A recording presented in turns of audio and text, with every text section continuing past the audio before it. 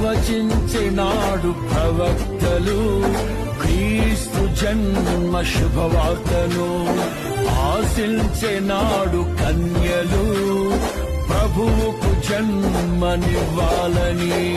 తండ్రి చిత్తమే నెరవేరగా కన్య మరియకే ప్రాప్తించగా జన్మించే యేసు మహారాజుగా కాలము విడిపోయే రెండుగా.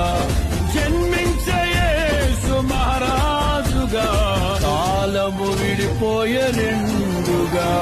స్తుతియు మహిమ ప్రభావము ఎల్లవేళల ప్రభుకే చెందును. స్తుతియు మహిమ ప్రభావము ఎల్లవేళల ప్రభుకే చెందును. రక్షకుని జన్మస్థలమా యూదయ బెత్లెహేమా.